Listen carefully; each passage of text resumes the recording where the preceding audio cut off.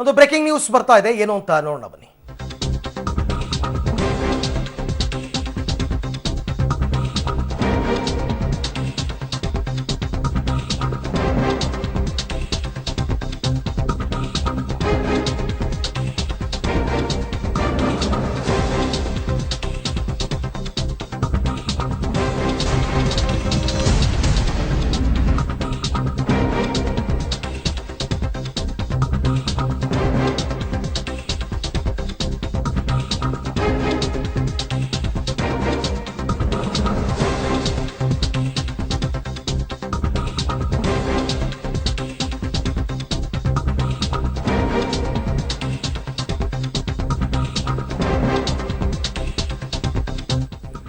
ಮೈತ್ರಿ ಪಕ್ಷ ಕಾಂಗ್ರೆಸ್ ವಿರುದ್ಧವೇ ದೇವೇಗೌಡರು ಮತ್ತೊಮ್ಮೆ ಅಸಮಾಧಾನವನ್ನ ವ್ಯಕ್ತಪಡಿಸಿದ್ದಾರೆ.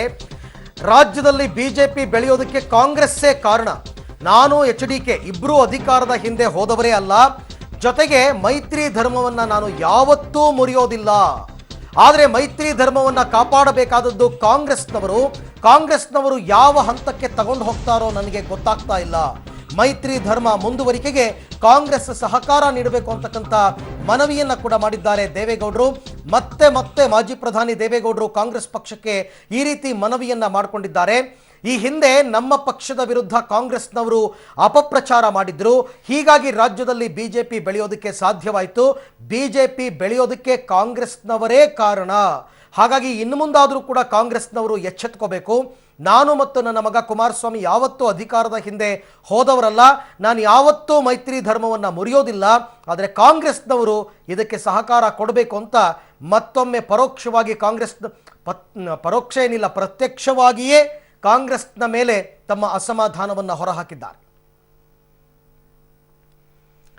ಓಕೆ, ದೇವೇಗೌಡರು ಈ ಹಿಂದೆ ಕೂಡ ಒಂದು ಪದೇ ಅವಕಾಶ ಸಿಕ್ಕಾಗೆಲ್ಲ ಕಾಂಗ್ರೆಸ್ನ ವಿರುದ್ಧ ಅಸಮಾಧಾನವನ್ನು ಹೊರಹಾಕ್ತಾ ಇದ್ರು. ಮೊನ್ನೆ ಕೂಡ ಕುಮಾರಸ್ವಾಮಿ ತುಂಬ ಸಂದಿಗ್ಧತೆಯಲ್ಲಿದ್ದಾರೆ. ಒಂದು ಕಡೆ ಸಿದ್ದರಾಮಯ್ಯನವರು ನಾನು ಮುಖ್ಯಮಂತ್ರಿ ಆಗಿದ್ದಾಗ ಜಾರಿಗೆ ತಂದ ಯೋಜನೆಗಳನ್ನ ಮುಂದುವರಿಸಬೇಕು ಅಂತ ಪಟ್ಟು ಹಿಡಿದು ಕೂತ್ಕೋತಾರೆ. ಮತ್ತೊಂದು ಕಡೆ ನಾವು ಇಲ್ಲಿ ರೈತರ ಸಾಲ ಮನ್ನಾ ಮಾಡಬೇಕು, ಎಲ್ಲವನ್ನ ನಿಭಾಯಿಸ್ಕೊಂಡು ಹೋಗೋದು ಕಷ್ಟ ಅಂತ ಹೇಳಿದ್ರು. ಇವತ್ತು ಮತ್ತೊಮ್ಮೆ ನೇರವಾಗಿ ಕಾಂಗ್ರೆಸ್ ವಿರುದ್ಧ ಅಸಮಾಧಾನವನ್ನು ವ್ಯಕ್ತಪಡಿಸಿದ್ದಾರೆ.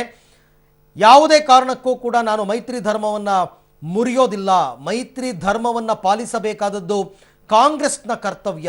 ರಾಜ್ಯದಲ್ಲಿ ಬಿಜೆಪಿ ಬೆಳೆಯೋದಕ್ಕೆ ಕಾಂಗ್ರೆಸ್ನವರೇ ಕಾರಣ. ನಮ್ಮ ವಿರುದ್ಧ ಈ ಹಿಂದೆ ಅಪಪ್ರಚಾರವನ್ನು ಮಾಡಿದ್ರಿಂದ ನಮಗೆ ಸ್ವಲ್ಪ ಹಿನ್ನಡೆಯಾಗಿತ್ತು. ಹಾಗಾಗಿ ಇದನ್ನು ಕಾಂಗ್ರೆಸ್ನವರು ಎಲ್ಲಕ್ಕೆ ತಗೊಂಡು ಹೋಗ್ತಾರೋ ನನಗೆ ಗೊತ್ತಿಲ್ಲ ಅನ್ನೋ ರೀತಿಯಲ್ಲಿ ಅಸಮಾಧಾನವನ್ನು ಹೊರಹಾಕಿದ್ದಾರೆ ಮಾಜಿ ಪ್ರಧಾನಿ ಎಚ್ ಡಿ ದೇವೇಗೌಡರು.